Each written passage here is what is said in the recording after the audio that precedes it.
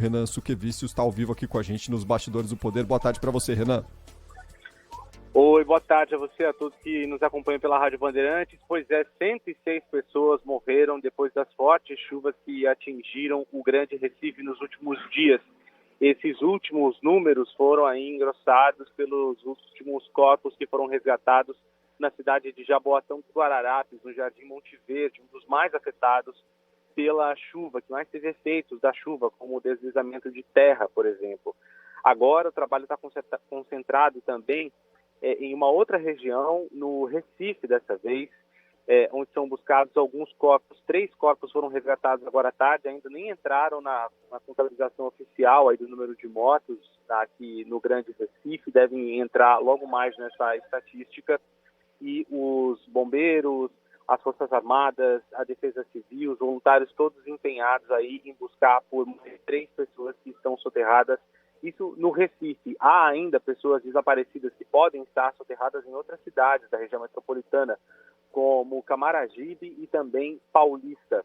A chuva é sempre uma ameaça por aqui e choveu muitas vezes hoje durante o dia. Choveu durante toda a madrugada, começo da manhã, em vários momentos durante a tarde, e essa chuva que vai e volta paralisa também os trabalhos de resgate, aumenta a angústia de muita gente. Às vezes as pessoas já não têm tanta esperança de encontrar as pessoas, os parentes, vizinhos, pessoas amadas com vida, mas querem pelo menos encontrar os corpos dessas pessoas para fazer um sepultamento digno por aqui. Outro problema bastante importante, tanto é que a todos que nos acompanham aqui na Rádio Bandeirantes, diz respeito às áreas de risco. Há mais de 6.000 pessoas desalojadas ou desabrigadas no Grande Recife. E muitas dessas pessoas não têm onde passar a noite. A Prefeitura tem oferecido alguns abrigos, o Esporte Clube aqui do Recife também abriu as dependências do estádio para receber essas pessoas. Alguns moradores de Jaboatão dos Guararapes foram procurados pela Defesa Civil, falaram ali em receber um auxílio aluguel de R$400, mas ainda assim muitas pessoas não conseguiram sequer retirar os seus bens, documentos, roupas das casas que estão condenadas. Elas ficam no alto de vários morros da zona sul do Recife, de Jaboatão dos Guararapes, de Camaragibe, e estão na iminência de cair, de vir abaixo por essa chuva que não dá trégua. Eu conversei com um morador agora há pouco, ele é um desses desabrigados, junto da mulher, e ele pagava cerca de R$200, 200, R$250 por uma casa na região ali em que ele vive, na zona sul do Recife, e agora ele diz que está procurando uma nova casa para morar e os aluguéis, o valor cobrado por esses aluguéis está oscilando entre R$500 e R$600, algo que é inviável para essas pessoas. Com certeza. Renan Suquevicius falando conosco ao vivo, direto de Recife. Renan, parabéns pelo trabalho, bom trabalho por aí, que a jornada ainda é longa. Até a próxima. Um abraço, gente. Até mais. Valeu. O Cláudio, a gente, claro, tem dado destaque ao que está acontecendo neste momento no Recife, mas diversas cidades de Alagoas também sofrem com esses temporais dos últimos dias, né? Exatamente. Em Alagoas há muitos desabrigados, mais de 10.000 desabrigados, né? E assim, aquela região sempre sofre com enchentes dessa natureza, né? Quando o presidente Jair Bolsonaro esteve ontem lá no Recife e discursou e tal, ele falou exatamente sobre isso, sobre como isso acontece frequentemente, a cada ano, etc. E não há, como é que eu diria, providências, né, que sejam suficientes para impedir que isso aconteça. Sempre provoca desabrigo, sempre provoca mortes, sempre provoca destruição, né, a essas enchentes e fazer o quê, né? O fato é que as pessoas continuam morando em encostas, continuam morando em locais enfim, que são muito vulneráveis, né, a esse tipo de ocorrência e até porque não tem onde morar. Vão fazer o quê, né, essas pessoas? É por essa razão que a solução é sempre muito difícil. Eu estava me lembrando que em algumas dessas regiões afetadas pelas enchentes lá na minha cidade, em Maceió, durante a minha adolescência ali, a partir dos 14 até os 18 anos, pelo menos, todos os anos eu participava de grupos de voluntários para ajudar no rescaldo dessas ocorrências, né, na ajuda das pessoas, no socorro, distribuição de alimentos e não sei o que, reconstrução. Sabe, aí hoje, tanto tempo depois, olha, eu já deixei de ser adolescente faz um tempinho, viu, Cris?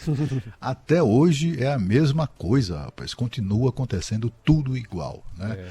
É como se os políticos que aparecem nesse momento para beijar a criancinha, né, para enfim, demonstrar solidariedade àquelas pessoas muito pobres que acabam no desabrigo, é como se esses políticos não fizessem nada, né, no fundo, para que eles possam estar ali novamente no ano seguinte, posando para fotos e fazendo pose de pessoas solidárias. Eu me lembro da primeira vez que eu estive no Recife, foi justamente mais ou menos nessa época do ano, que é uma época, como você citou, Cláudio, chove muito nessa região, mas chove pra valer. E eu lembro que eu fiquei uma semana no Recife e choveu uma semana sem parar. E é chuva de ruas alagadas, muito parecido com essas cenas que a gente acompanhou nos últimos dias. Não, claro, com o impacto e com a tragédia que provocou o temporal desses últimos dias, mas com o mesmo problema gerado para a população. E olha, eu tô falando de uma coisa que já faz aí 27 anos, mais ou menos. Foi em 1995, a primeira vez que eu estive no Recife. Então, ou seja, é algo histórico que de fato acontece e infelizmente a gente volta a abordar porque é recorrente a falta de apoio que essa população tem e acaba se vê, né, no meio dessa tragédia, situação recorrente anualmente. No Recife, né, pessoas que moram em palafitas, assim, e não é uma coisa recente, né? E todos os anos a mesma coisa, né? Vem aquele aguaceiro e acaba por destruir tudo e etc. Estão lá os políticos novamente com aquela expressão compungida, né? Aquela expressão de lamento, etc. e tal. Agora, mudar aquela situação que é bom não muda, porque afinal de contas exige coragem. Exige, por exemplo, a coragem de desalojar as pessoas do lugar onde estão e transferi-las para um lugar seguro, né? Para isso tem que construir um lugar seguro. Mas as pessoas não querem, a sua vida, a economia do lugar, tudo gira em torno da moradia, da morada dessas pessoas, ainda que seja em locais de difícil acesso, locais precários, etc. Não querem sair dali.